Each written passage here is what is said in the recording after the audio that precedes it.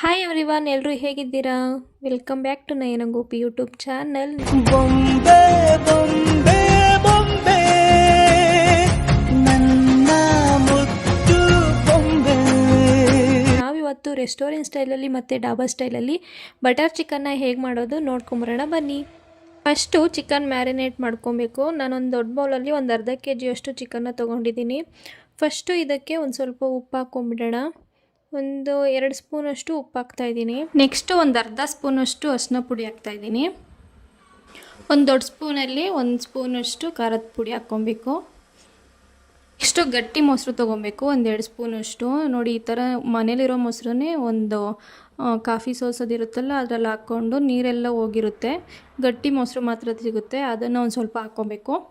ಒಂದು ದೊಡ್ಡ ಸ್ಪೂನಲ್ಲಿ 1 ಸ್ಪೂನಷ್ಟು ಶುಂಠಿ ಬೆಳ್ಳುಳ್ಳಿ ಪೇಸ್ಟ್ ಹಾಕ್ಕೊಬೇಕು. ಈಗ ಇದನ್ನೆಲ್ಲ ಹಾಕಿದ್ಮೇಲೆ ಚೆನ್ನಾಗಿ ಮಿಕ್ಸ್ ಮಾಡ್ಕೊಬೇಕು. ನೋಡಿ, ಈ ಥರ ಫುಲ್ಲು ನೀಟಾಗಿ ಮಿಕ್ಸ್ ಮಾಡಿಕೊಂಡು ಒಂದು 30 ಮಿನಿಟ್ಸ್ ಬಿಟ್ಬಿಡೋಣ. ಇದನ್ನು 30 ಮಿನಿಟ್ಸ್ ಬಿಟ್ಟು ಒಂದು ಲಿಡ್ನ ಕ್ಲೋಸ್ ಮಾಡ್ಕೊತಿದ್ದೀನಿ. ಸ್ಟವ್ನ ಆನ್ ಮಾಡಿಕೊಂಡು ಒಂದು ಕಡಾಯಿ ಇಟ್ಕೊಂಡಿದ್ದೀನಿ, ಅದಕ್ಕೆ ಬೆಣ್ಣೆ ಹಾಕ್ತಾಯಿದ್ದೀನಿ. ಸೊ ನೋಡಿ, ಇದು ಮನೆಯಲ್ಲೇ ಮಾಡಿರೋಂಥ ಬೆಣ್ಣೆ, ನಾನು ಯಾವುದೇ ರೀತಿ ಅಂಗಡಿ ಬೆಣ್ಣೆ ಯೂಸ್ ಮಾಡ್ತಾಯಿಲ್ಲ, ಇದು ಮನೆಯಲ್ಲೇ ಮಾಡಿರೋವಂಥದ್ದು. ಸ್ವಲ್ಪ ಬೆಣ್ಣೆ ಹಾಕ್ಕೊತಾ ಇದ್ದೀನಿ. ಬೆಣ್ಣೆ ಎಲ್ಲ ಸ್ವಲ್ಪ ನೀಟಾಗಿ ಕರಗಲಿ.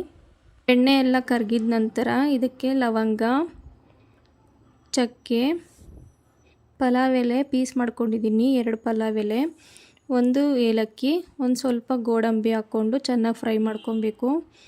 ಸೊ ನೆಕ್ಸ್ಟು ಈರುಳ್ಳಿ ಹಾಕ್ಕೋತಾ ಇದ್ದೀನಿ. ಈರುಳ್ಳಿನ ಚೆನ್ನಾಗಿ ಫ್ರೈ ಮಾಡ್ಕೊಬೇಕು ಅಂತೇನಿಲ್ಲ, ಸ್ವಲ್ಪ ಮೀಡಿಯಮ್ ಆಗಿ ಫ್ರೈ ಮಾಡ್ಕೊಳ್ಳಿ. ತುಂಬ ಕಂದು ಬಣ್ಣ ಎಲ್ಲ ಬರೋ ಥರ ಏನು ಫ್ರೈ ಮಾಡೋಂಗಿಲ್ಲ, ಇಷ್ಟಿದ್ರೆ ಸಾಕು. ನೆಕ್ಸ್ಟು ಟೊಮೊಟೊ ಹಾಕ್ಕೋತಾ ಇದ್ದೀನಿ. ಟೊಮೊಟೊನೂ ಚೆನ್ನಾಗಿ ಫ್ರೈ ಮಾಡ್ಕೊಬೇಕು. ನೆಕ್ಸ್ಟು ನಾನು ಇದಕ್ಕೆ ಖಾರದ ಪುಡಿ ಹಾಕ್ಕೊತಿದ್ದೀನಿ, 1 ಸ್ಪೂನಷ್ಟು. ಆಲ್ರೆಡಿ ಮ್ಯಾರಿನೇಟ್ ಆಗೋಕ್ಕೆ ಖಾರದ ಪುಡಿ ಹಾಕಿದ್ದೀವಿ, ಸೊ ಜಾಸ್ತಿ ಹಾಕೋಂಗಿಲ್ಲ, 1 ಸ್ಪೂನಷ್ಟು ಹಾಕ್ಕೊಂಡ್ರೆ ಸಾಕಾಗುತ್ತೆ.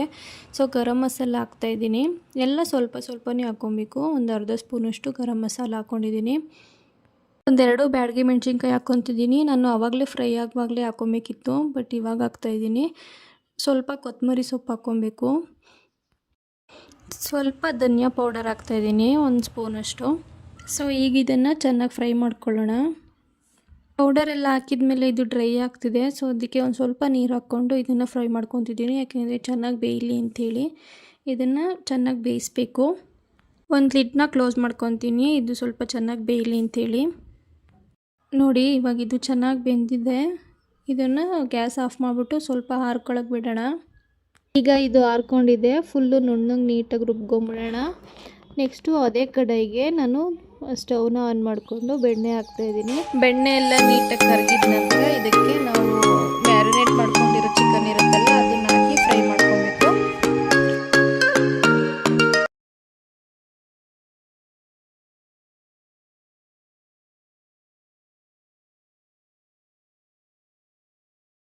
ಒಂದು ಲಿಡ್ನ ಕ್ಲೋಸ್ ಮಾಡ್ಕೊತೀನಿ. ನೋಡಿ, ಇವಾಗ ಲಿಡ್ ಓಪನ್ ಮಾಡ್ತಾಯಿದ್ದೀನಿ. ಎಷ್ಟು ಚೆನ್ನಾಗಿ ಬೆಂದಿರುತ್ತೆ ಅಂದರೆ ನೀರು ಬಿಟ್ಕೊಂಡಿರುತ್ತೆ, ಅದು ಚೆನ್ನಾಗಿ ನೀರೆಲ್ಲ ಬಿಟ್ಕೊಂಡಿರುತ್ತೆ ಚಿಕನಲ್ಲಿರೋವಂಥದ್ದು. ಈಗ ಇದಕ್ಕೆ ರುಬ್ಬಿರೋಂಥ ಮಸಾಲೆ ಇರುತ್ತಲ್ಲ ಅದನ್ನು ಆ್ಯಡ್ ಮಾಡ್ಕೊತಾ ಇದ್ದೀನಿ. ಆ್ಯಡ್ ಮಾಡಿಕೊಂಡು ಸ್ವಲ್ಪ ಚೆನ್ನಾಗಿ, ಅಂದರೆ ಫಸ್ಟೇ ಫ್ರೈ ಮಾಡ್ಕೊಂಡಿರ್ತೀವಿ, ಅಷ್ಟೊಂದೇನು ಫ್ರೈ ಮಾಡೋ ಅಗತ್ಯ ಇಲ್ಲ. ಚಿಕನ್ ಬೇಯೋವರೆಗೂ ಬಿಟ್ಟರೆ ಸಾಕು.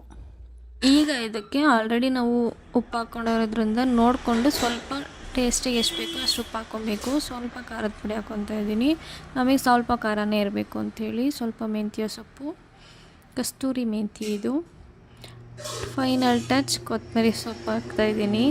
ನನಗಿನ್ನೂ ಸ್ವಲ್ಪ ಬೆಣ್ಣೆ ಬೇಕು ಅನ್ನಿಸ್ತಿದೆ, ಸೊ ಬೆಣ್ಣೆ ಹಾಕ್ತಾಯಿದ್ದೀನಿ. ಜಾಸ್ತಿ ಬೆಣ್ಣೆ ನಾನು ಲೈಕ್ ಮಾಡಲ್ಲ ಅನ್ನೋರು ಬರೀ ಎಣ್ಣೆಲೇ ಹಾಕ್ಕೊಬೋದು, ಬೆಣ್ಣೆನ ಸ್ಕಿಪ್ ಮಾಡ್ಬೋದು.